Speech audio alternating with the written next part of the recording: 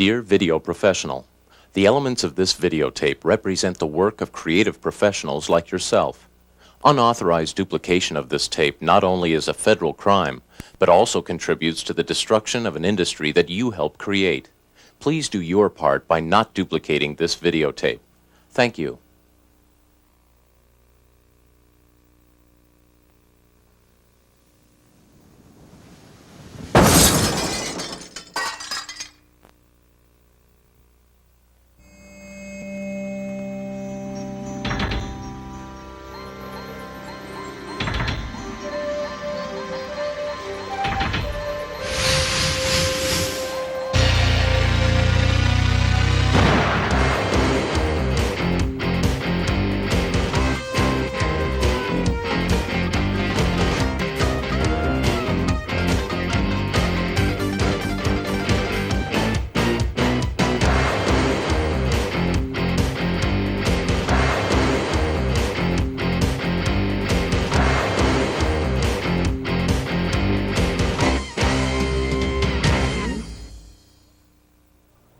Hi there, my name is Lee Stranahan, and welcome to this quick start guide to the Video Toaster 4000 and Toaster System 3.0. You're going to find that this tape moves pretty quickly because we're trying to cover a lot of material in doing a basically impossible job, covering the entire video toaster in one short tape. You might want to bring your VCR and this tape over by your toaster, sit down and move along with us as we go through the tape. Just remember, your VCR is a rewind button. Don't be afraid to use it. We've got a lot to cover, so let's get right into it.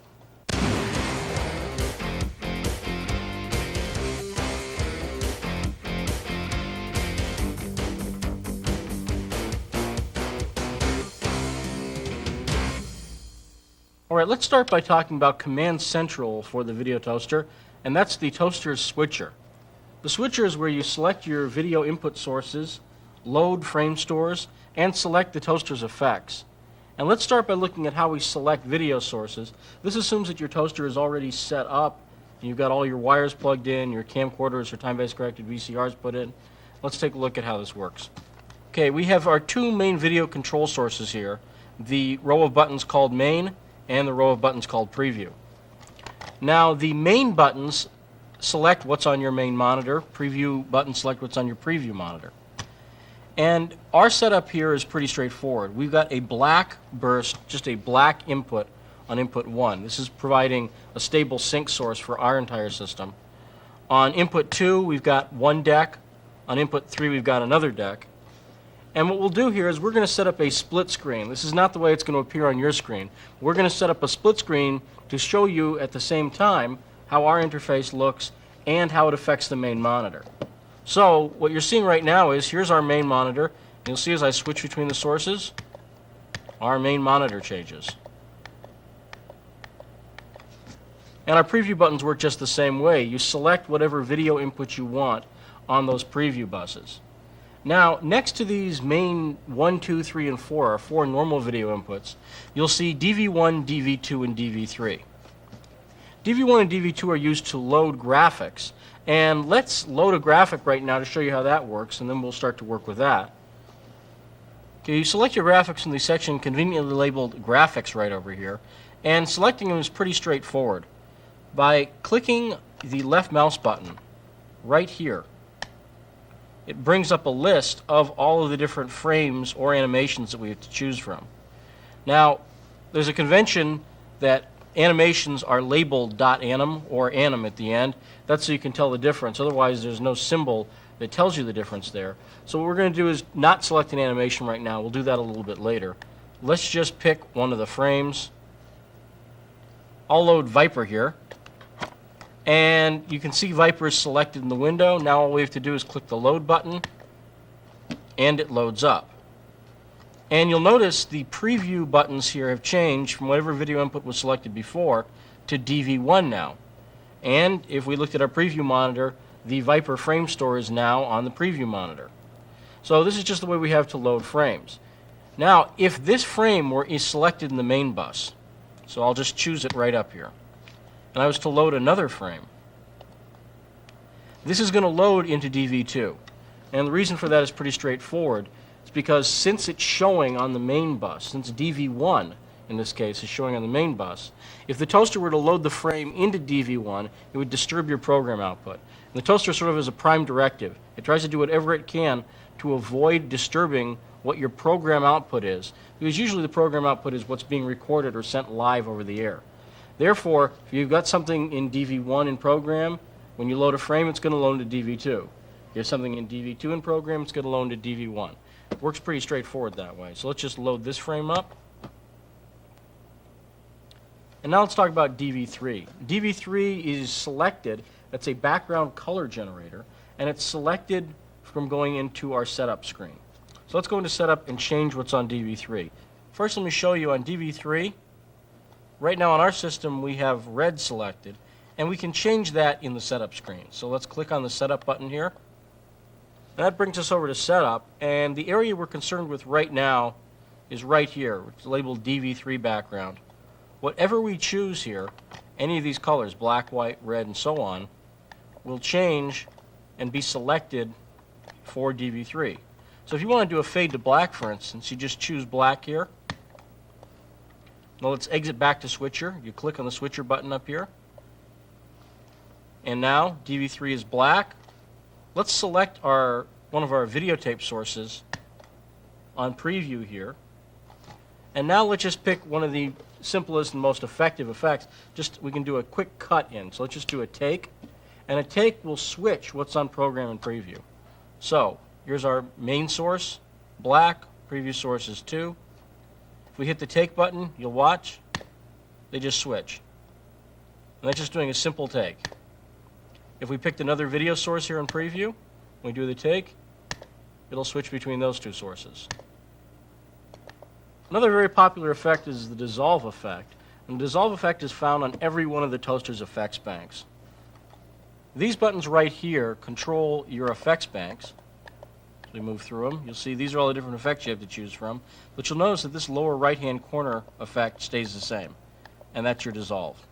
So let's just choose that. You see it's highlighted. So now we just pick our video sources here. I'll put 2 on our main input, 3 on our preview.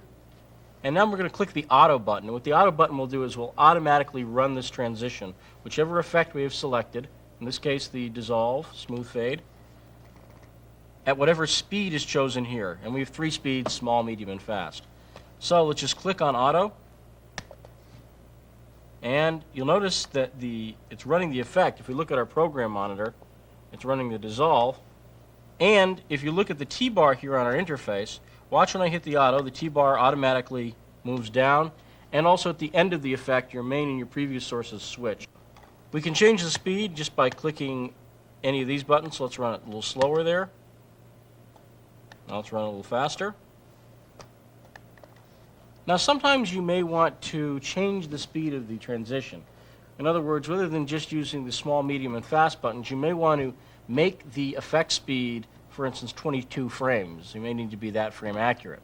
Well, there's a way you can do that, and let's change the effect speed to whatever we want. First, we're going to need to go to Setup, so we will just go back into Setup. You notice right here under Effect Speeds, we have SMF or Variable. So let's click on Variable, head back to our switcher screen. You'll notice that instead of the small, medium, and fast buttons down here, we have one big button that currently says fast, but you notice these 2 little arrows, the 2 little triangle buttons right here. You'll also see those triangle buttons over here in a number of places in the toaster, and that's sort of a visual clue as to the way these buttons work. And the way all those buttons, where you have the 2 little triangles there, is you hold down the left mouse button, just as we did over here to load a frame. You hold down the left mouse button, then you move the mouse. And you'll notice it's adjusting it, and the number you see there, that's a frame number. That's how many frames we're looking at. So if we were to set it here, for instance, this would then be a 60 frame dissolve. And if we hit the auto button here, that is in fact what it will give us. There's a 60 frame dissolve. Now this ability to change the speed and effects isn't available on every single toaster effect, but it is available on a great number of them, and we'll show you how to see that when we talk about the other effects in just one moment. Now the toaster does of course have more effects than just the take and the dissolve. In fact, it's got hundreds of effects, and you select those different effects by going through the bank buttons. These buttons marked A through I here. And this shows us all of the different effects that we have available to us. And the best thing to do here is just to sit down at some point and go through all of the effects so you get an idea. Just to give you a few highlights, though, and to tell you the way some effects work, let's take a look at, now, the first couple of effects are sort of a standard digital effect, where it just moves the video around. And again, I'm hitting the space bar here, which is the same as hitting the auto key. The space bar is the keyboard equivalent. So a page tear, any of the effects that have this little headphone symbol up in the corner have audio on them, and that means that those effects, you'll want to hook the audio output of the video toaster system into your audio mixer, and you'll get sound effects like this when you run the transition. There's also a number of transitions. There's a bunch of them on this A bank, like this one, the snow effect. When you run the effect, it just leaves snow up over the video. Now, our interface goes away. That's perfectly normal, but how do you stop this? Otherwise, shutting down the machine every time you want to get rid of the snow isn't very effective. The way you do that is you just click the left mouse button, and that stops the effect from running. There's a number of effects. Any effect that you see, it leaves up the effect, and it seems to be running in a loop. You can stop that effect by hitting the left mouse button. Now, the effects that you cannot change the speeds on, that are not variable speed, even if you have variable chosen, are effects like the Kiki Bell effect here. You'll notice it still shows us, it says fast at 70, but when I click the left mouse button here, it just comes up fast. In other words, it doesn't click through and show me the numbers changing. So again, that's a good indication that you cannot run that effect at any speed you want, because you can't select any speed you want. It's a pretty good indication and a pretty good constraint there. Now, a lot of the effects you can also run manually by just dragging the T-bar. We've been doing auto transitions, but a number of these effects, and I will pick the dissolve effect, if I just click the left mouse button over the T-bar and drag it down, you'll see I'm running that dissolve manually right now. Now this is handy. The problem is sometimes you might move down to that T-bar and miss. So what I would do is I would use the right mouse button instead of the left mouse button. If you use the left mouse button, you have to be right over the T-bar. If you use the right mouse button, on the other hand, you can be anywhere. You notice right now, my mouse pointer is up in the upper left-hand corner. Well, if I hold down the right mouse button and drag, if you look on our interface there, you'll see how it's actually just dragging it anyway. And when I release the mouse button, it's still up there. So the right mouse button is a pretty good shortcut to moving that T-bar manually. Now again, on the effects here, the best thing to do is just to go through and get familiar with the toaster's effects. Let's talk about just a couple of other things that are important that look like effects, but actually bring up other toaster capabilities. First one I want to talk about is chroma effects. Click on any of these four buttons here. They're labeled 1, 2, 3, 4, and they have the chroma effect icon on there, sort of pyramid with the light refracting through it, I guess. And I clicked on one, and that will bring up whatever chroma effect has been selected for that position. We'll show you how to select other chroma effects for that position in just a minute here. But in the meantime, there are 4 presets that come with the toaster. In this case, our input 1 is selected to a sepia tone effect. Now, when you bring up a chroma effect, it puts it onto whatever is selected in the preview buttons here, this row of preview buttons. In this case, video input 3. And you'll see that the T-bar is halfway down. Now what our T-bar is doing here is it's no longer acting as a fader control. It's actually acting as a level control for the chroma effect. So the T-bar now actually is, like I say, a level control, and at the top it's giving us one level of the color effect here. At the bottom it's giving us another level, and at every point in between you'll notice it changes. So if I move the T-bar up and down, it's not doing a fade or anything like that. It's actually adjusting the level. Now with this sepia tone effect, with the bar at the top of its position here, it's a black and white video source. If we bring the bar down, you'll see it adds in the sepia tone. So we can get that where we want it. And the reason that we put the chroma effects in the preview is so you don't take the color effect and then adjust it while you're on the air. Once again, remember, the toaster does everything it can to keep the program interface looking good. So if you take a look at our monitors here, this is our preview monitor and this is our program monitor. And again, chroma effects are now in preview, so our program looks good. Now, to get preview to program, remember how we do that? Well, just a take or an effect, any effect really. If I were to do just a take here, and we're looking at our program now, boom, that puts the chroma affected footage right up on the program monitor. Now, here's the question. What if we wanted to take this footage, the snow footage, and run that through the sepia tone effect? Well, all we do then is we figure out which monitor the chroma effect is on. In this case, it's on program, and then just change the video input to input 2 in this case, which is where the snow footage is, and you'll notice it's running that footage now through the chroma effect. If we did a take again, so right now our chroma effect is on the preview interface, again, just changing what's in the preview interface is going to change which video input's running through the color effect there. So again, you can switch the color effects any way you want. Now the big question is, how do you select what color effects are there?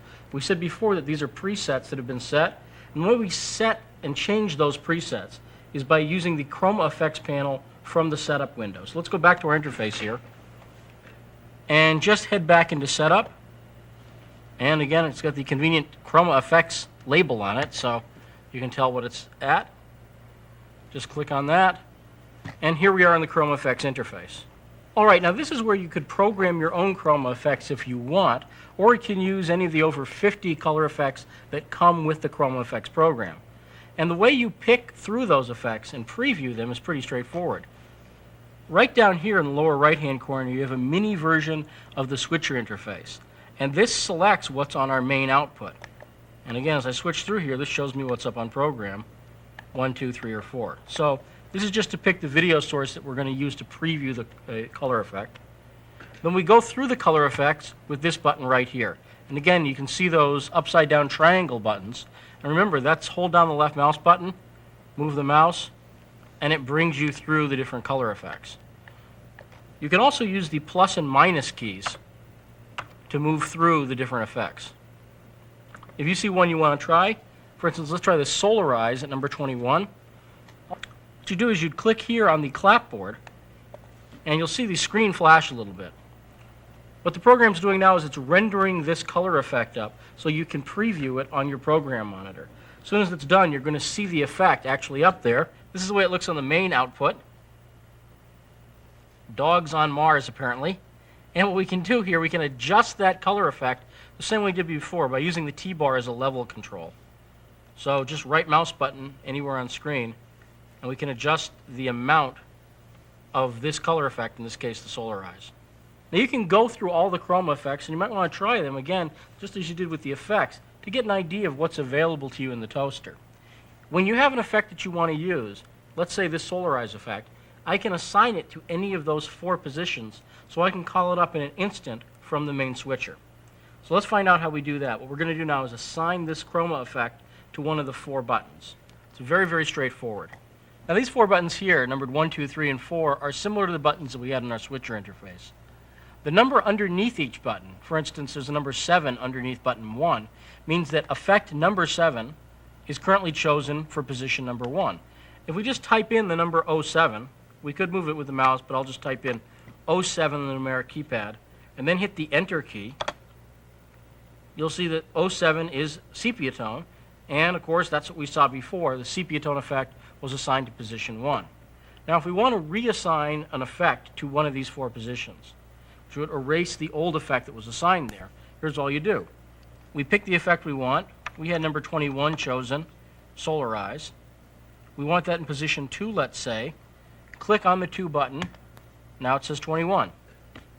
That's it. Not exactly rocket science. That's all there is to assigning these chroma effects. The big thing is to make sure you know what the chroma effects look like. Now all you have to do is exit back out to setup. And you see it says chroma effects saving switcher preset 2. Well, it's now saving that new effect to position 2. So when we go back out to the switcher and select the number 2 button from the switcher, we'll just head back to switcher.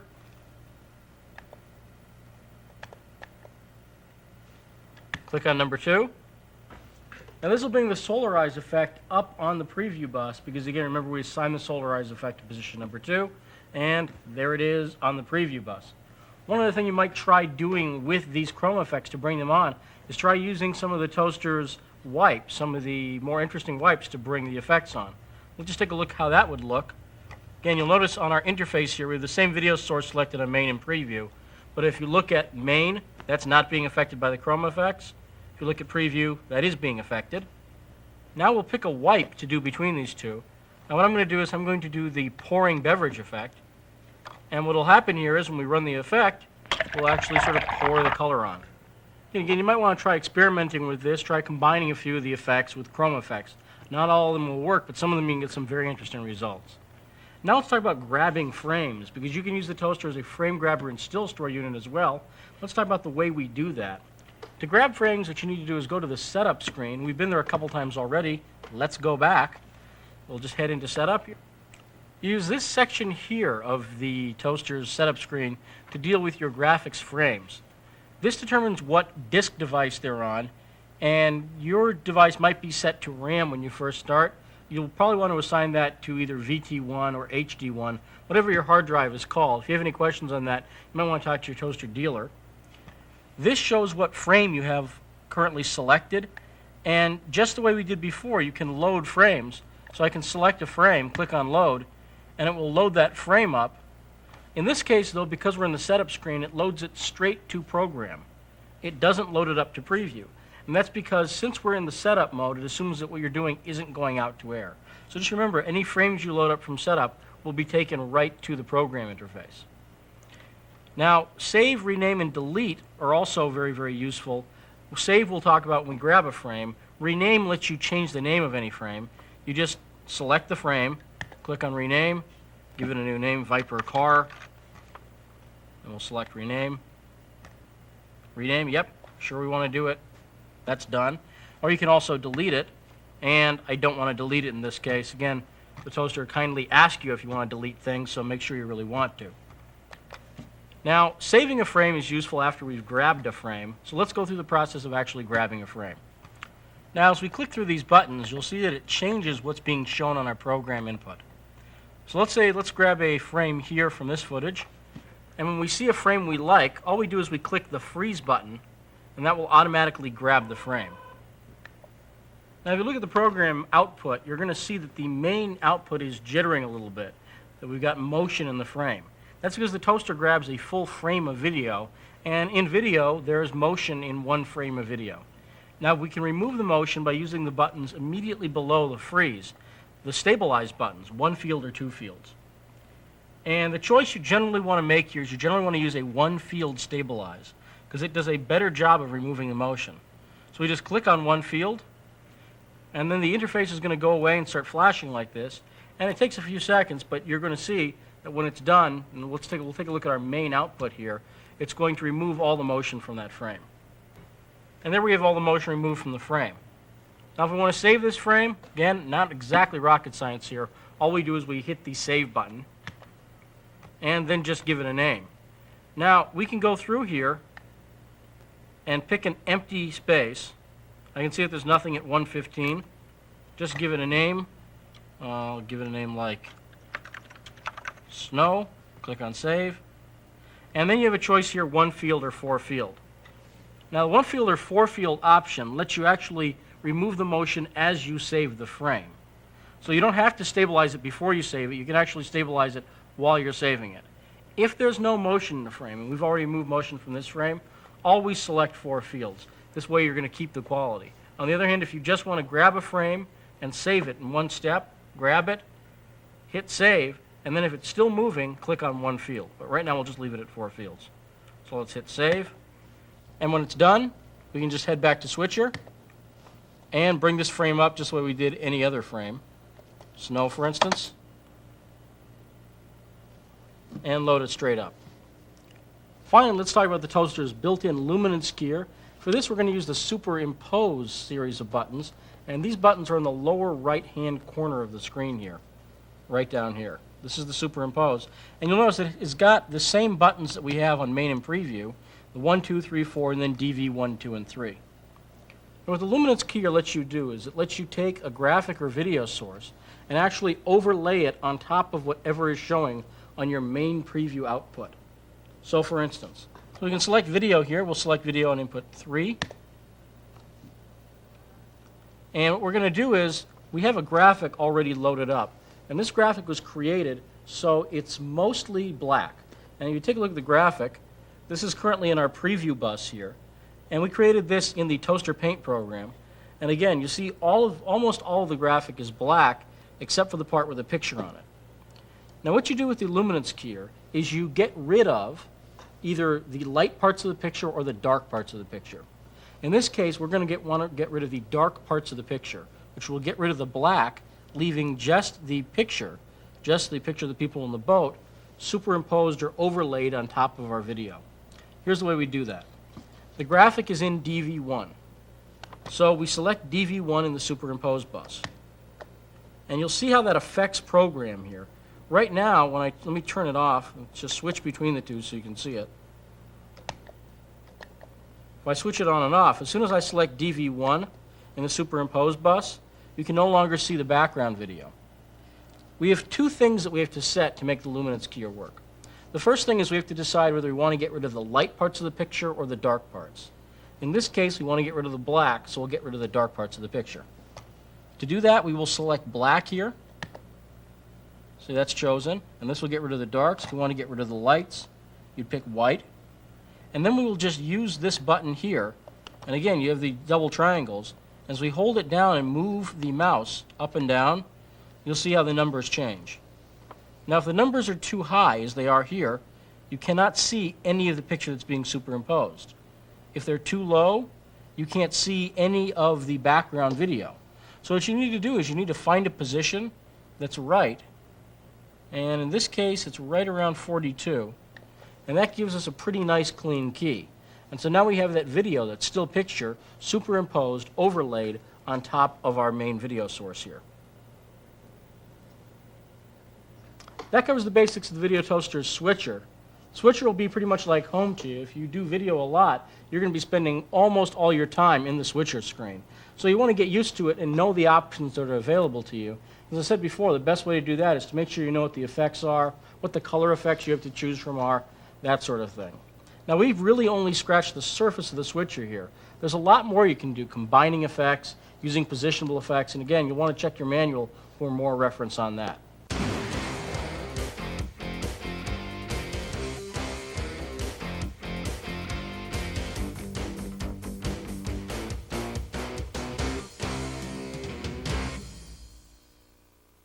Now let's talk about the Toaster's text generator, Toaster CG.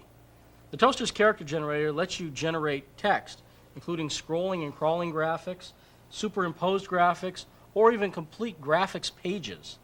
Now there's 300 PostScript fonts that are included with the Video Toaster CG, and they can change in size, anywhere from very, very tiny print, like you see at the end of car commercials, to print that nearly completely fills the screen. So let's talk about some of the options and give you just an idea of what you can do with the Toaster's character generator. To enter the character generator, you go to the graphics slice and click on the CG button. What you'll see is when you click on it, it will light yellow and the CG will begin to load. Now there's nothing in our CG right here. If you haven't used the character generator at all before and you go in to load it and there are some pages, you might want to move beyond those pages or erase the book. Now, if you erase the book, you're going to lose those demo pages. So let's talk about how to move beyond those pages, getting around the CG. You can get around the CG by using these triangle buttons right here. Again, they're similar to what we had in the switcher. Click up, it will move you through the pages one at a time. Click down, it will move you back through the pages. You can also move through page numbers by using the keyboard. If you use the plus and minus keys over on the numeric keypad, hitting plus moves you through the pages one at a time. Minus moves you back. Now we've gone to a blank page here, and let's start with the basis of any character generator page, typing in some text. So to type in text is pretty straightforward. What you're looking at right here is your cursor. This shows where the first piece of text that we type in will be shown. And so we'll just type in a generic piece of text. That was pretty straightforward. If you can type, you can do this so far. Let's say we don't like the typeface that we have. What we need to do is we need to select what we want to change, in this case the entire Words Video Toaster, and then change the font. So let's do that. First we'll select. To do that, we're going to use the mouse, hold down the left mouse button, and just drag straight across the letters. This shows us what our current font is, And again, it's got those double triangles, so if we hold down, we can move through to other fonts. Here's another one. Here's another one. And, well, we're pretty much out of typefaces right there. But I said before, we got 300 that are included. So let's add another font to our book here. Let's add another font to our CG book. To do that, we click on the Font and Page controls, which will change this entire row of controls into an entire another bank of buttons. And what this bank of buttons lets us do is do things like add fonts, load brushes, or even save the entire book that we've created, load text in, erase lines or pages. This is the sort of utility part of the CG. It's a part that you use occasionally, but not really all that much. So let's just go and add a font to the book to see how we do that. Click on this button right here, the one that says +F. This means add font. And the fonts are organized by directories. So you pick a directory, and I will go to the font bank and through our directory. And I will pick on Nanton Ital here. And now you select the height, anywhere from 10 to 400 scan lines tall. And all you need to do is just type in the number. In this case, I'll type in 65, and click on OK. And you don't have to actually erase the 40 that's there, just leave that. And you'll notice that even though it says Nanton Ital up here, it has not changed the face. To do that, you need to actually go up and select that typeface for the line. And it takes a couple seconds. Then it goes through and translates and finds that font. Now again, you can have almost as many fonts as you want in here. There's a limit, but it's a few hundred fonts, and you'll probably never reach that limit. And if you do, you're probably not using taste in designing your CG pages. Now, we've created this line, we've changed the font. Let's take a look at how this actually looks on the interface. Now, the type of page, and there's 4 types of page in the CG. The type of page we're working with now, let's hit continue. You can see right here is a key page. And what that means is when we render this, it's going to key this text up over whatever is showing on our video source. So what we'll do is we'll just click here. This button, the TV with the 3 lines on it, what that lets you do is that lets you render. And you notice the screen flashed, and now it's stopped flashing, it's put this little clapboard up there. By clicking on the clapboard, that will take whatever we have selected here up and bring it over video. And if we go to the program, you can see there is our title, 35 nanosecond resolution and all, keyed up over top of our video source. Now we have a few options that we can change here, such as colors, shadows, and outline options. Let me just quickly show you the way this works. What you need to do is select the text first. You can see this is already selected. If you want to change the color, click on the color button, and we'll change the color of just our text here. And we'll use a preset. We'll change it to yellow. So let's just continue. This button here lets you change whether the shadow is a drop shadow or a cast shadow. This is a cast shadow. It's not connected to the letter. This is no shadow at all. And here's a drop shadow. You can see it's connected to the letter here. This button lets you change the direction of the shadow. So we'll put this sort of down and to the left. And this changes shadow direction. This button here changes the outline thickness. This button changes whether the outline is around the letter or the letter and the shadow. And we've changed a number of options here. Let's just re-render this. Let's remake this page, basically, and see how this looks now.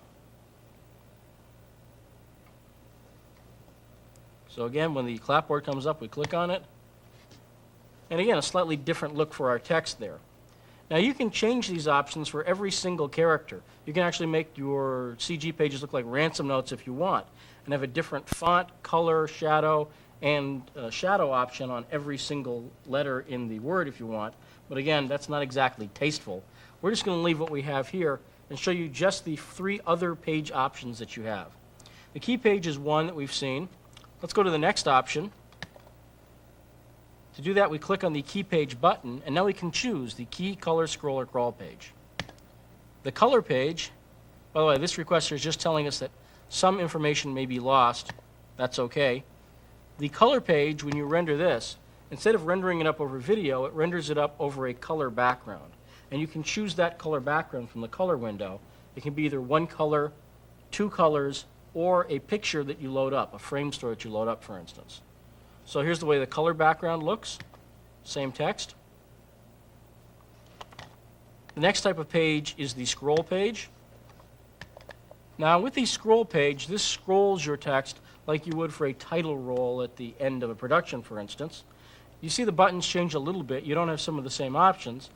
You have a speedometer now, and this changes how fast the text will scroll. And when you click on this, and we've got it set to a very fast speed here, you'll see our text rolls by pretty darn quickly. Change the speed to something a little bit slower, and our text moves at a more sedate speed. And you can change those effects speeds just by using that speedometer and switching between the 5 different options you have. Finally, the last option you have is the crawl page. And we'll select that here. And the crawl page lets your text crawl along the bottom, middle, or top of the screen like you'd see a stock report or a winter storm warning. And again, you've got the same speedometer here. And as soon as you click on it, it will run that text by. The Toaster's character generator is capable of creating very, very impressive graphics, titles just like you see on the networks.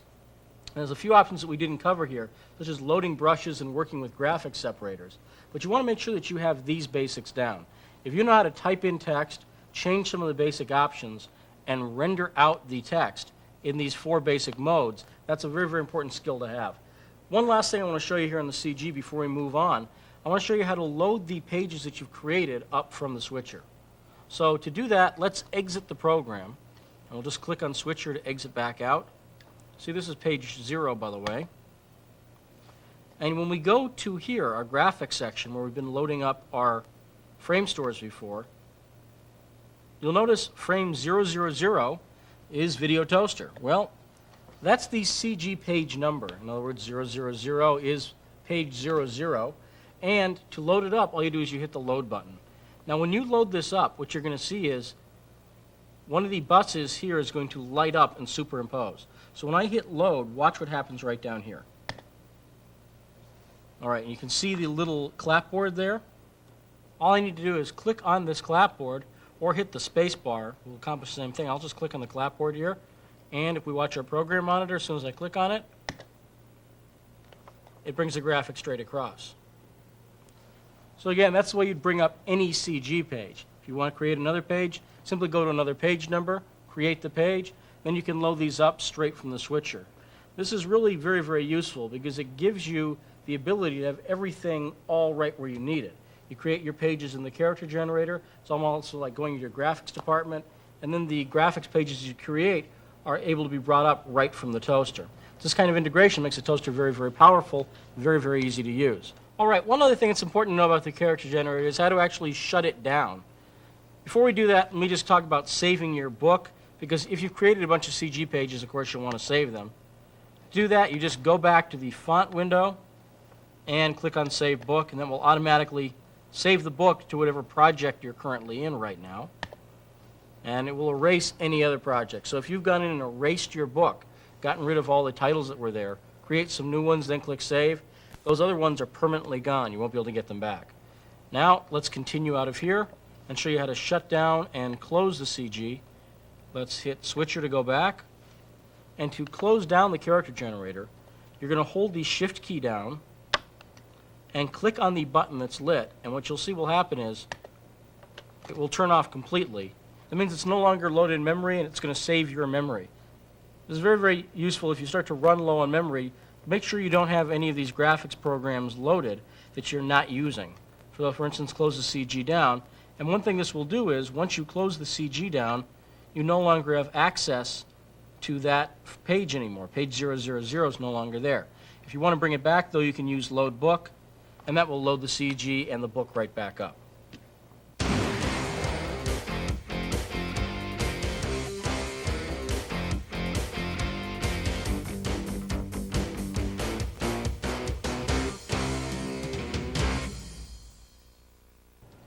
All right, now let's talk about Toaster Paint, which is a Video Toaster's 2D image compositing program. And you get into Toaster Paint the same way you did into 3D, except you hit a different button. So to get into the character generator, we clicked on the CG button. To get into Paint, we'll click on the Paint button. Let's go in here. And this is Toaster Paint. There's nothing loaded in right now. So the first thing you'll want to learn to do is to load up a frame. Because Toaster Paint is a great program for working with frozen graphics, with graphics you've already grabbed or perhaps created in Lightwave or the character generator. So let's hold down the right mouse button, and this will bring up these pull-down menus. You see the tool palette changes, and we have Picture, Brush, Palette, Effect, Mode, and Prefs. So let's go to Picture, and there's the Load Frame button. And when we release the mouse button here, it will bring up this Load Frame Requester. This slider moves us up and down among these frames. And let's just go to the bottom and find the snow frame that we saved before. Click on that. You'll see the number and the name show up right here. And then we'll just click on Load Frame. As soon as we hit that, you'll see it will start to load the frame into the buffer. When you work in Toaster Paint, you may be working in a quarter screen mode. And this is just something you need to get used to, basically. It's working in a more detailed mode right there. And what that means is you cannot see the entire picture at once. So at the interface, if I move the mouse around, you'll see we're scrolling right around. And this really is pretty easy to get used to. What you can see is we're not seeing all of the picture at one time. Now, we have these different tools here for drawing. And let's take this picture, and first let's look at it on our screen. To do that, we'll use this clapboard, which is probably becoming pretty familiar to you right now. The clapboard in general means render to the screen, render up to program. When we click the clapboard, it will render the picture out, and now you're seeing the full picture. So even though you're maybe seeing it in quarter screen in Toaster Paint, it comes out full screen on the monitor. Now, this graphic on its own is just what we grabbed. Let's modify it a little bit using a few of the different tools that we have access to. First, let's say we wanted to sepia tone this picture in a sort of permanent way. Well, there's a way that we can do that, and let's start by changing our color. You see we have access to these 16 colors here immediately, or by clicking on this button here, it opens up our palette and gives us access to many more colors. And what I'm going to do is I'm going to pick sort of a orangey brown color from right around here. And I'm picking the color just by holding the left mouse button down, and you'll notice how the color changes right here. If I hold the left mouse button down and move around, you'll see how this constantly changes, and the values down here show us the red, green, and blue values of the color we have selected.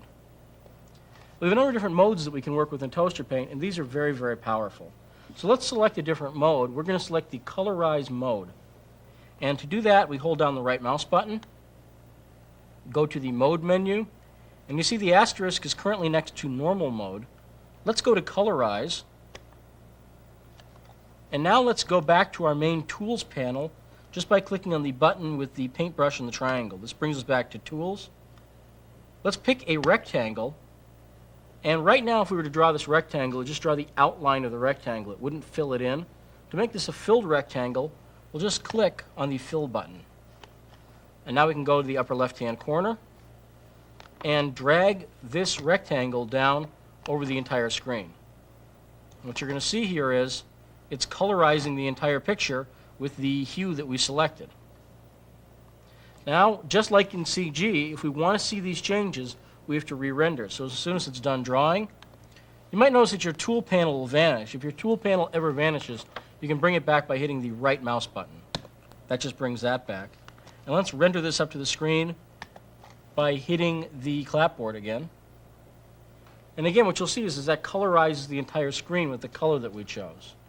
Now, if you're not happy with your changes, if you don't like the way things look, you can always undo the last action that you performed just by hitting the undo key. Again, very, very useful key to know.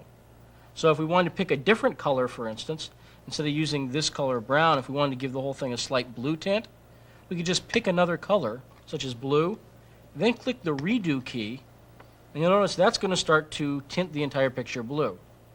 So again, you have some options there on changing it.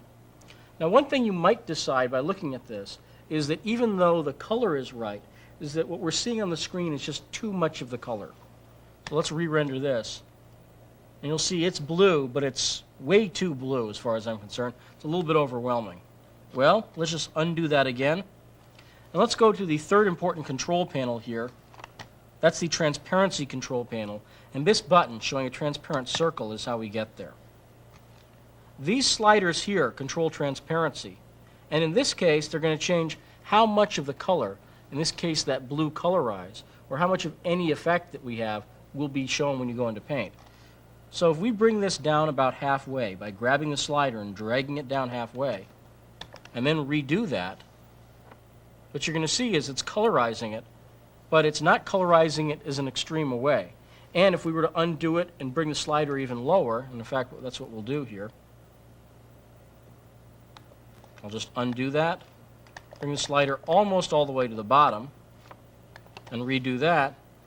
What you'll do is you'll see it's even less blue here. So you can change the amount of the effect that you're putting in just by using these transparency controls. They've got another couple of uses too. So here it is with a slight blue tint on it. Let's just render that out. Again, here's our clapboard.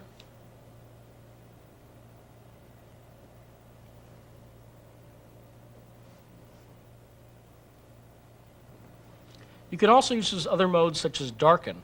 Now you have modes like lighten and darken. Darken mode is particularly useful for doing things like drawing shadows. If we were to draw a rectangle, right here,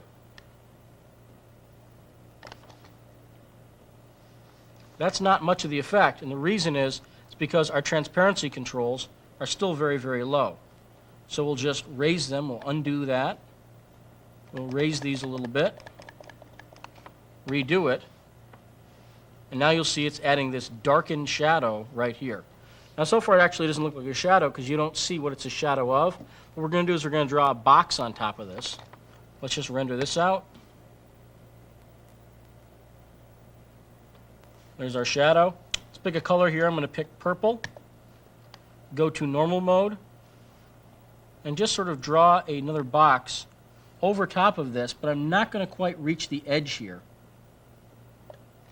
So we're still going to see some of the darkening underneath there. And let's render that out.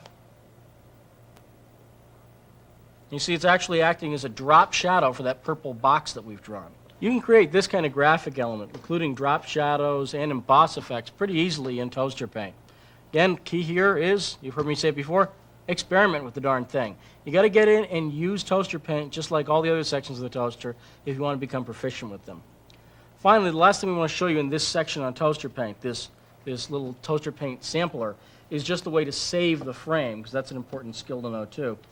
Let's head back in here, and again, hold down the right mouse button, go to the Picture menu, Save Frame, and what you need to do is you need to find a number that's not being used. Remember, if you have two graphics with the same number, the switcher has a real difficult time figuring out which one you want. So make sure that all of your frames have different numbers. I can see that there's no frame 116 here. I'm right at the bottom.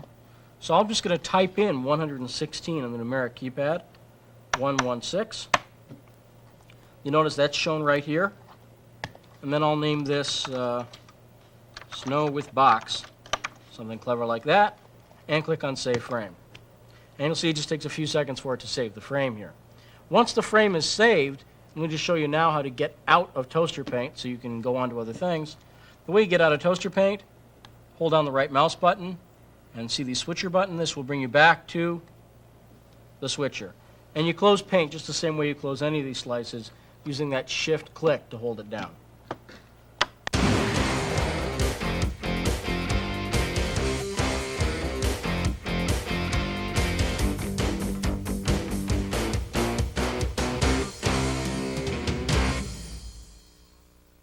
All right, now let's talk about one of the most popular and most powerful parts of the toaster. That's Lightwave 3D, the video toaster's modeling, rendering, and animation system. Now, of course, Lightwave has been used on projects such as TV's Unsolved Mysteries, Babylon 5,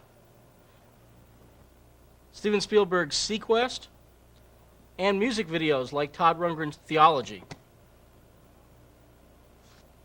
Now, the problem with 3D is it can be pretty overwhelming for a lot of people, and Lightwave 3D is an extremely powerful program, but you're going to find it's really not that difficult to use.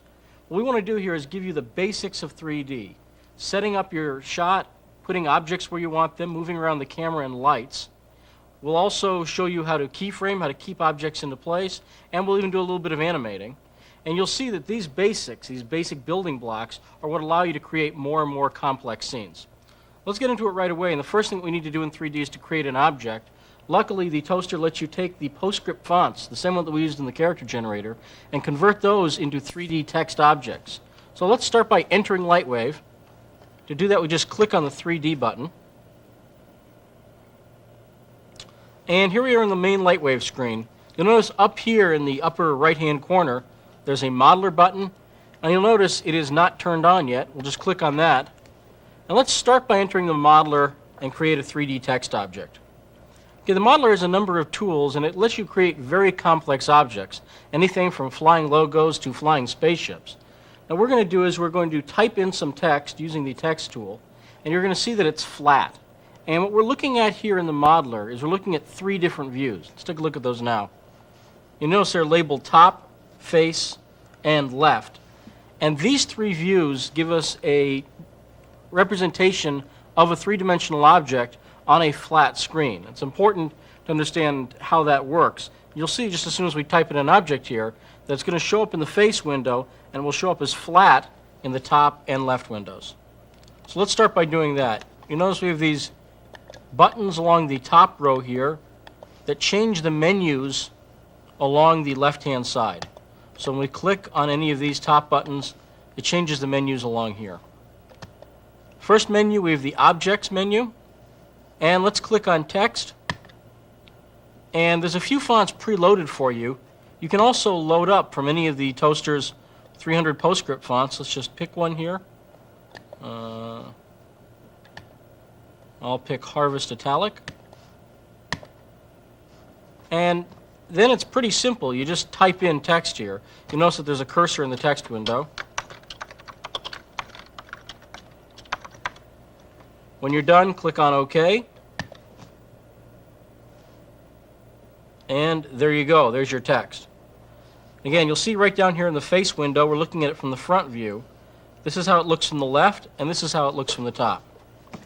You'll notice that right now our text is flat. In other words, it has no dimension. Just a perfectly flat object. And in fact, even though it looks like it's got some dimension, it looks very, very thin.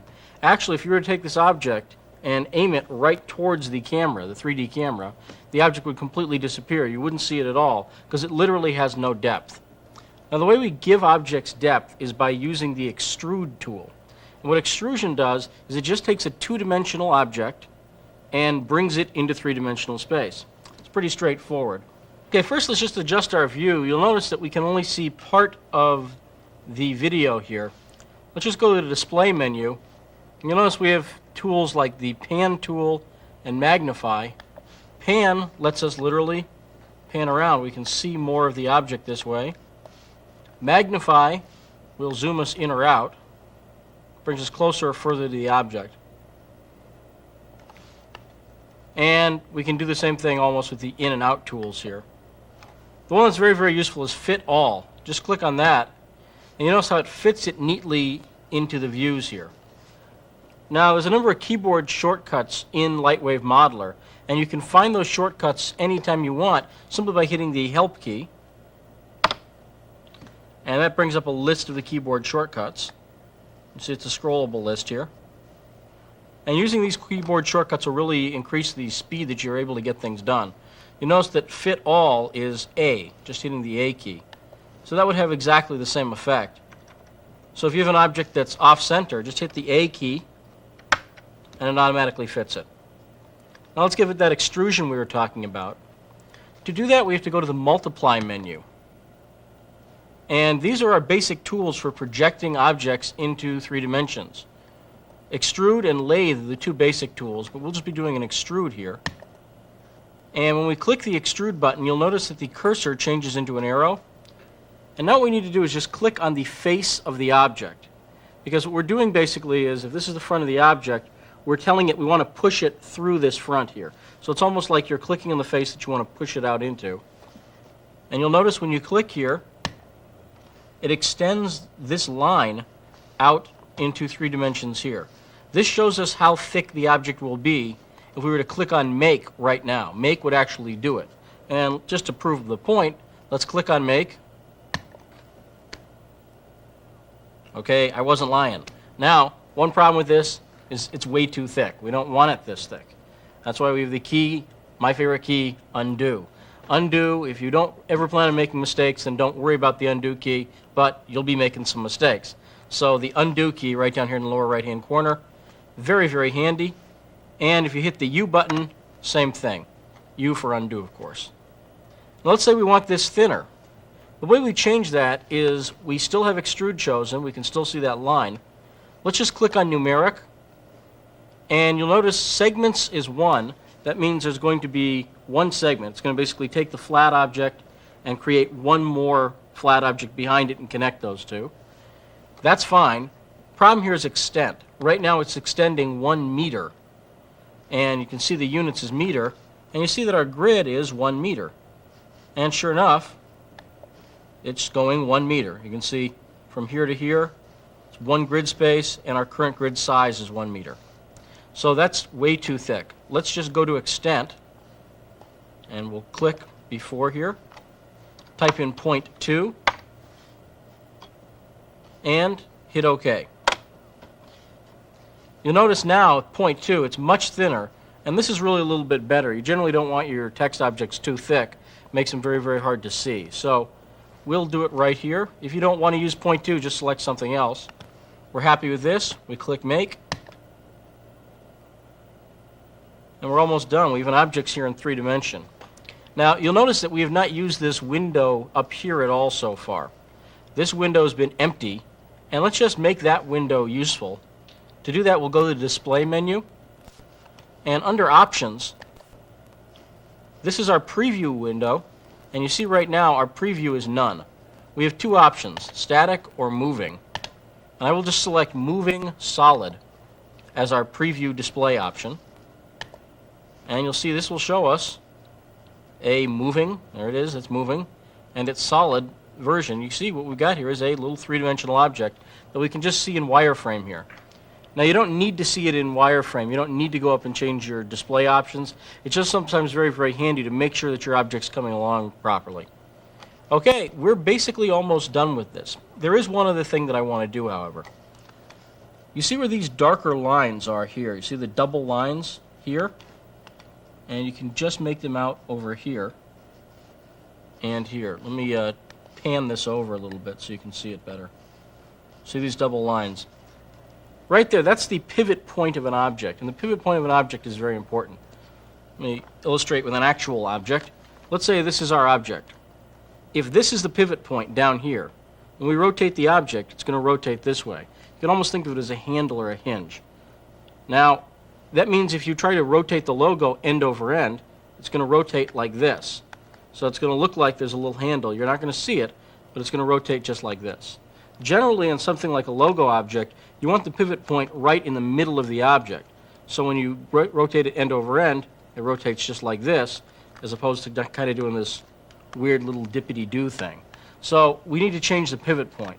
The easiest way to change the pivot point is to actually move the object. And we have a couple of options there. One is to go up to the Modify menu, and you have Move, Rotate, Size, and Stretch as position options.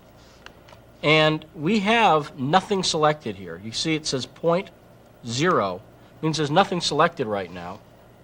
And with nothing selected, everything is selected. That means if we were to click on Move and then drag this over, the whole object just moves right along. And we can kind of try to center it up here, trying to eyeball it. If I want to recenter the view, hit A again. And again, I can work here and try to eyeball it. This is work, though, and I don't like doing work. And that's one of the nice things about the toaster. There's a lot of sort of convenience options built in that save you time. Here's a great one. It's the Macros option in Modeler. If you go to the first menu here, Options, you'll notice under Macros, you've got a number of macros that are available to you. And these macros let you do various functions. One of the most useful ones is Center. You select Center, it automatically will center it on these dark lines, and it will put that pivot point right in the middle of an object. So that's a very, very handy macro. It's so handy, in fact, that if you also hold down the macro and go to Configure Keys, Center has already been assigned to the F1 key. And what that means is, unless you've changed it, means if you move an object up here and you want to center it, quick and dirty way is just to hit the F1 key. And then we'll automatically center the object on these middle axes here. Okay, we've created the object. It's got 3 dimensions. It's centered right. It's got its pivot point set right. Let's save it now. Because if we don't save it, there's really not much we can do with it. So to do that, again, pretty straightforward. We just go to Objects, and you see we have our Load, Save, and Save As buttons here. This is a new object, so we'll just do a save, and then we'll give it a name. Video Toaster logo. Click OK, and there the object is saved. So let's head back into Lightwave's layout screen. We've got this three-dimensional object, and load up this object. Okay, here we are. Now, similarly to Modeler, we have these menus up along the top here. Hitting these buttons right along the top changes these menus that pop up. And the first menu we want to look at is the Objects menu. And you notice Load Object, so let's just click on that and find the Video Toaster logo object that we just saved. And you'll notice our current object is Video Toaster logo. When we click on Continue, lo and behold, there is our object. So it's now in our three-dimensional sound stage here. The way 3D graphics work is it's like you've got actors and sets in a little three-dimensional sound stage that only exist inside the computer. You move your cameras, your lights around. It's almost like working with models. And you just position things where you want them, and if you want to animate them, you move them over time. We're going to be doing all of that. Let's just get into the basics of it, which is what we're actually seeing here in this window. This is one thing that you have to make sure you understand, because you will completely lose it if you don't understand this part. This window here shows us whatever view is selected right here. We have a number of different views: front, top, side. And again, these are fixed views: front, top, side. They're labeled X, Y, X, Z, ZY. I just think of them as fronts, top, side. Perspective. This is a perspective view. This is not, however, what the computer is going to draw when you hit the render button. When you hit the render button, the computer draws what's selected in the camera view. So one thing that people do when they're first using the program is they'll try to render an image, and it won't be rendering the way they see it on the screen. This messes them up, and the reason it does is because they are in the perspective view, not camera. So make sure you're in camera view when you want to see how something's actually going to be drawn. It's the most important view. You can see there's a difference here between camera and perspective. Camera, right now, we're looking at it straight on. Perspective, we're a little above the set, looking down at the object. Finally, there's our light view, and this is what the light sees. And the light right now is kind of looking at the side of the object. So let's go back to camera view. And now let's talk about moving our object around. First, and this is a basic principle in Lightwave, is you pick what you want to work with. Then you decide what you want to do with it. Do you want to move it, rotate it? Then you do it. It's pretty straightforward. So the first thing we have to do is pick what we want to work with. And our mouse, we only have one mouse here, and it could be changing any number of things. It could be moving our camera. It could be moving our lights. It could be moving our objects. It could be changing our views. So we have to tell the computer what our mouse is doing. And we do that by picking from the Edit window right here. And you see we have the choices: View, Object, Bone, Light, and Camera. And if we pick Object, you'll notice the object becomes highlighted. And now what we're affecting is this object. Again, we have a number of options here that we can, what can we do with this object? Well, we can move it, rotate it, size, stretch, or move the pivot point. Let's start with move. And it's pretty straightforward here. We got our mouse, and we have two mouse buttons, the left and right mouse button. And they do different things. By moving the pointer over this window, if we hold down the left mouse button and move the mouse forward, you see the object is going forward. It's moving into the screen. We move the mouse back, the object is coming towards us. If we move it to the right or left, it moves to the right or left. And one of the questions people have sometimes if they're not used to working with 3D graphics is, well, how do you make an object bigger or smaller? And there's a couple ways you can do that, but one of the simplest ones is to move the object further from the camera. It just kind of makes sense. If the object moves further from the camera, it's going to get smaller. So that's what you do with the left mouse button. Now the right mouse button moves you up and down. So we move the mouse forward, it moves us up. We move it down, it moves us down. So again, the reason you have that is because you've got three different dimensions, X, Y, and Z, that you can move this object in. and you've only got basically four directions you can go with the mouse: forwards, backwards, left, or right. So you use those two mouse buttons to move things. So again, if you've never worked with a 3D program before, you might want to spend a little bit of time just getting a handle on moving things around. Just get used to using the two mouse buttons and moving objects where you want. Now we have other options here, such as rotating, and again we use both mouse buttons for that. This is left mouse button. This turns us around what's called heading. Moving it forwards and backwards moves us around what's called pitch. And then the right mouse button moves us on what's called the bank axis. This is like the bank of an airplane here. And we also have functions such as sizing, stretching, and moving the pivot point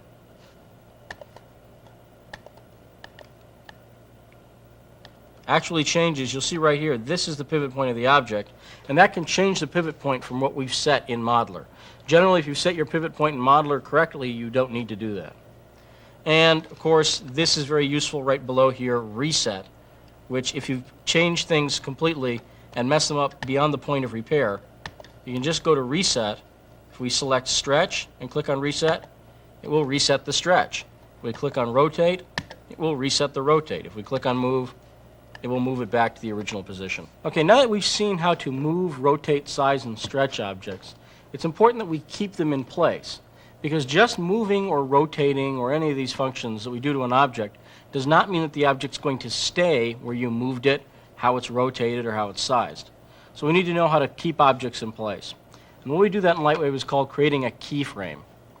And creating a keyframe is very, very simple. Basically what you're doing when you're creating a keyframe is you take an object, you position it somewhere. Let's say I want the object here, and then I just tell it stay there. I basically lock it in place. And the way we do that is there's a create keyframe button right here. So let's practice that. We'll just move an object where we want it, sort of up, rotate it a bit, create keyframe, and click OK. Don't have to worry about these things here. If it says frame 0, that's because its current frame is 0. And it says create keyframe for selected item. You'll just want to leave it on selected item. So we click OK. And now when we click render, let's just click OK on the render button here, you'll see that it renders or draws the object in the position that we left it in. And by clicking on render, we've had the computer draw, and your interface monitor will look something like this. It will tell you that the frame's completed. To get out of here, you just follow the instructions on the screen, press escape, and that brings us back to the main window. Now, one of the most common problems that people have when they're first working in 3D is they forget to create keyframes. Here's what will happen. You move an object somewhere, you're happy with it. You kind of rotate it however you want. You want the object right here. Everything seems fine. You click on render, and where does it render? Same place it was before. I forgot to create a keyframe. Whenever you create a keyframe, remember it locks it in position. Since I didn't lock it in position there, it just reverted back to the old position. That's a very, very important thing to remember, especially if you're new to the program. So let's move the object where we want it here. Let me just go to rotate, reset that. And I'm going to move the object in a little bit, but I'm going to push it over to the far right-hand side of the screen so it's just off screen. So I want it poking out a little tiny bit here, but I can't really see it. Okay, create keyframe, okay. Now the reason I started that off screen is because we're going to create an animation. Creating animation with a keyframe system is very, very easy, really. If you understand the idea of a keyframe, you put an object somewhere, create a keyframe, and it locks it in that position. Creating an animation is just creating 2 or more keyframes in different positions over time. Here's the way you do it. Now again, we're working with video, so it's 30 frames per second. So let's say we want an object to start here, and then 1 second later be over here. Here's all we do. We'd move it here at frame 0. That means at time 0, frame 0, beginning of the animation, it's in this position, create a keyframe. Then we'd go to frame 30, and I'll show you how to do that in just a second. Move the object right where you want it. and create another keyframe, this time at frame 30 for the same object. Now you've got a keyframe at 0, key at 30, and the computer draws all the in-between frames. The computer actually figures out the position. It says, okay, if I start here at 0 and have to end up here at 30, I guess I have to be here at 1, here at 2, and so on and so forth. So let's just set that up. We've already set our position at 0. It's just off screen. Let's go to current frame, and we'll just click in here and make our frame 30. Just typing in 30, and I'll hit enter. Now we're at frame 30. Let's move the object where we want it. We'll have it kind of slide into the middle of the screen here. And maybe rotate back a little bit. All right. Now let's create a keyframe. And you'll notice this line here, this is actually showing us the motion path. Let's just do a quick preview. This is going to give us a wireframe preview of our animation so far. And to do that, let's go to Preview, Make Preview, Wireframe, and click on OK. And you can see it's busy because it's creating the preview, but it's also down here in the lower right-hand corner of this window counting off the frames as it's going. So it's moving into position. And the way this would look, and again, this is just a wireframe preview. Remember, this line won't be drawn. It's just to help you visualize this. There we go. There's our quick move so far. So that's really all there is to it. It's just creating these two frames. And again, we have one keyframe here at 0, and then here at 30, and it moves in between for us. Now, let's change our path here a little bit. Let's change our motion. And again, that's pretty easy to do. To change it, you just modify it. You just go to a position where you want. So, for instance, we'd move to frame 30, change the position, and just create a new keyframe. It'll erase the old one, and the computer will remember the new position you've locked it in. So we're at frame 30. Let's start there. And let's actually decide to move it to the top of the screen. We'll reset our rotation, and we will leave it right there. I'm happy with the position. Maybe move it down a little bit.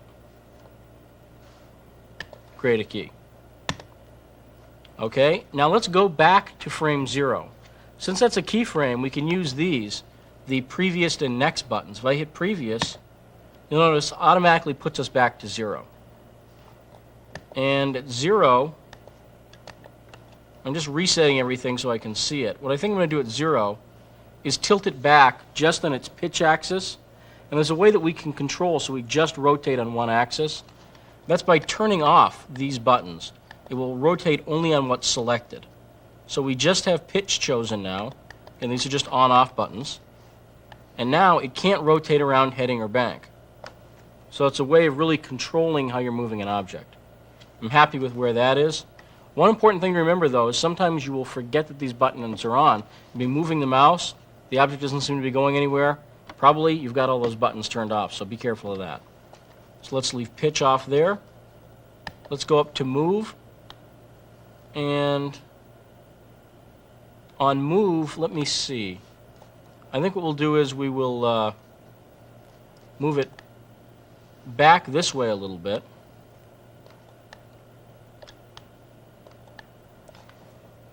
Pretty happy with that position. We're going to do one other thing. I'm going to resize it. I'm going to size it down to pretty much almost nothing. We'll choose size. And there we go. I can see it's pretty much nothing there. And create keyframe. There we go. Let's just do a quick preview of this to see how this looks. And you'll see the object grows as it moves into position.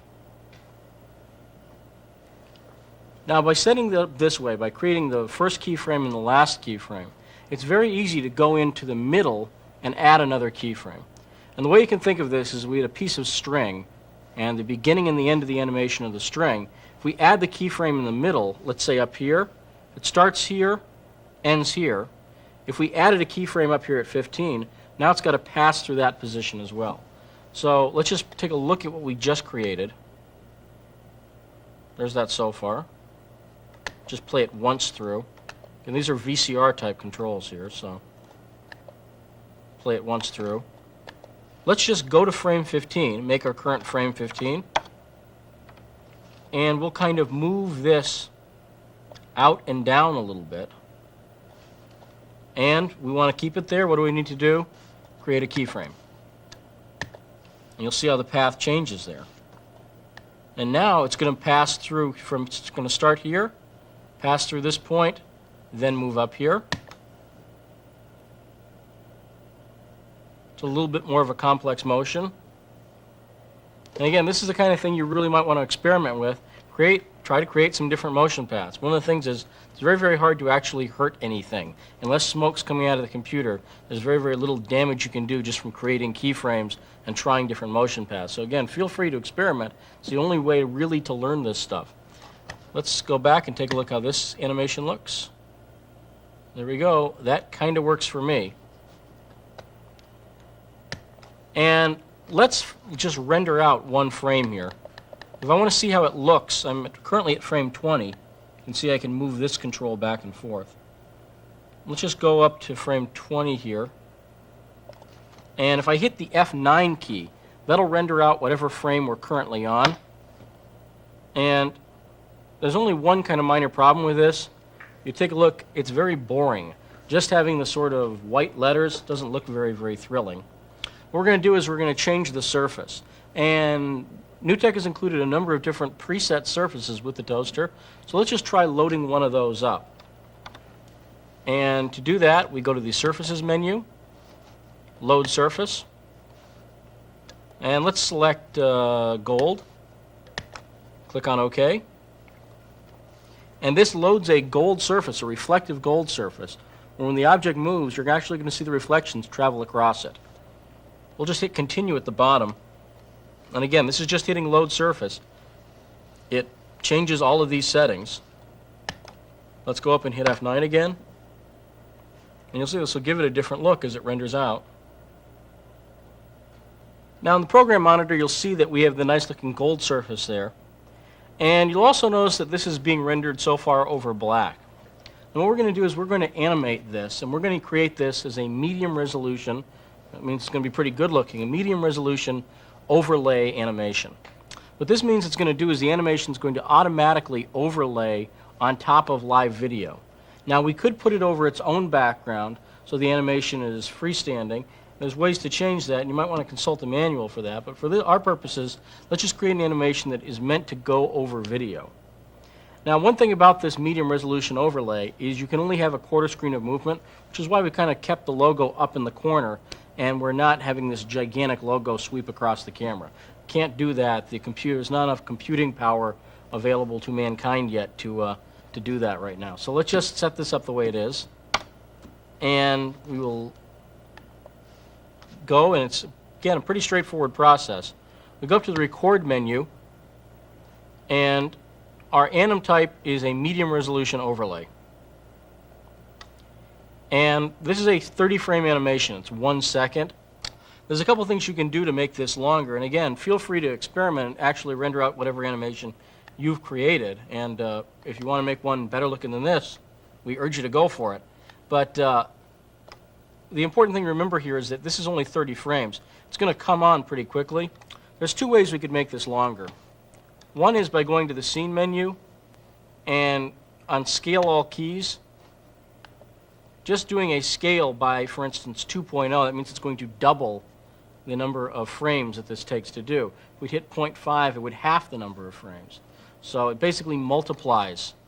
Right now the low frame is 0, the high frame is 30. If we hit 2.0, the high frame will be 60. If we hit 0.5, it would be 15. That's one way. The other way would just be to go in and manually take the frame that's at 30, move it to 60. Take the frame that's at 15, move it to 30. There's ways you could do that as well. But let's just go with what we have here. So let's click on Record, and we will go to Save Anim File. Click on Save Anim, and you'll notice that it brings up 100.fs.anim. Well, we've already got an animation here at 100, so we don't want to save it with the same number. The switcher gets very confused if you have two animations or frames with the same number. They have to have distinct numbers. So I can see that there's no frame 101. So we'll change 100 to 101, and we'll name it VT.anim, just so we know what it is. Click on OK. And let's just check our camera settings out before we leave here. We have anti-aliasing settings. What anti-aliasing does is it gets rid of the jaggies, the jagged edges along our graphic. And if we put on low anti-aliasing, this is going to make our edges look very, very smooth. One thing you might want to do is change the sampling threshold. This determines how much of the object actually gets anti-aliased. The more of the object gets anti-aliased, the longer it will take to render. And often you don't get that much of a benefit with a low number like 8. 8 will make the image look absolutely perfect, but often a setting of, for instance, 24 will look really just about as good and will take a lot less time. So I'm going to change sampling threshold to 24. And then I'm just going to do one other thing before I go here. I have to change to use fewer segments since we're doing medium resolution. And you have to make sure you have enough memory to do that. Again, if you're going to be animating on a Toaster 4000 system, my recommendation would be get about 18 megs of RAM in the system, because this way you'll have enough memory in order to play back fairly long animations. So we just have to turn on use fewer segments.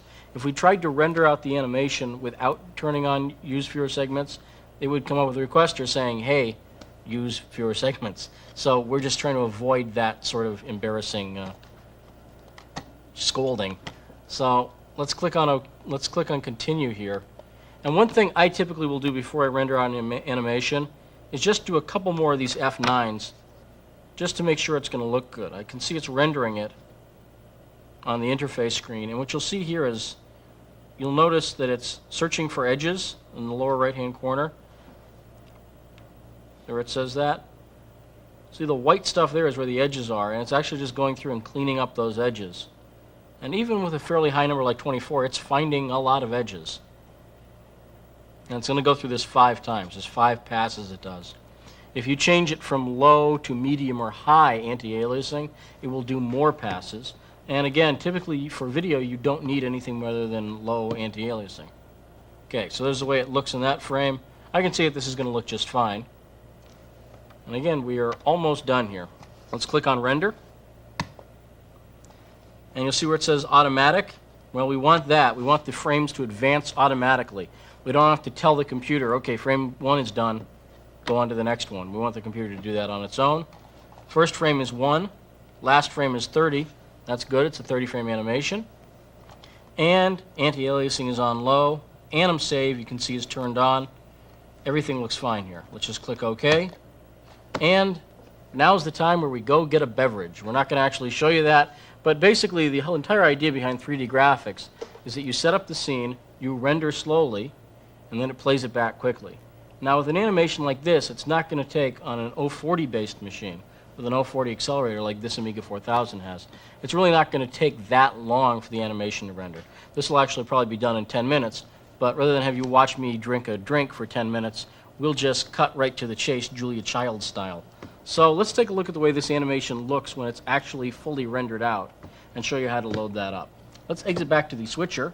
If we just click on the switcher button, that brings us right back out. You'll notice that 3D again is still up, it's still running, the light's still lit. Now we will just go through and we will pick the animation, in this case VT.anim. Click on the load button, again using the left mouse button here, or you can just hit the enter key, either one will work actually. And it's loaded up. And now all we do is we just select whatever we want. We have some footage here on input 2.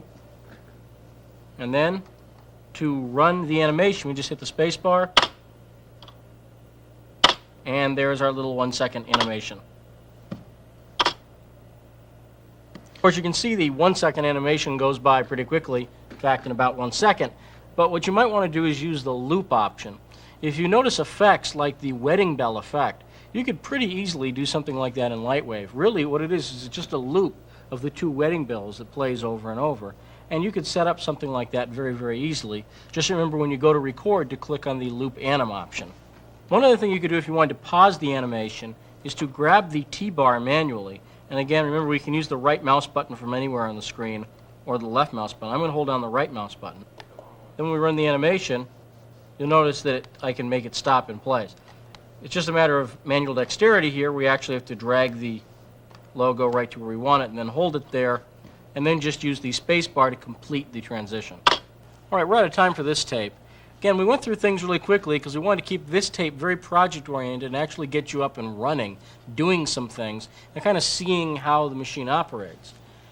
The thing to do is to go through the tutorials in the manual. And of course, we also have a series of tapes, the Desktop Images videotape series, which is designed to take you in a very, very step-by-step way through the entire toaster if you like learning on videotape. If you have any questions or comments on this tape, don't hesitate to write us at the address you see on your screen now.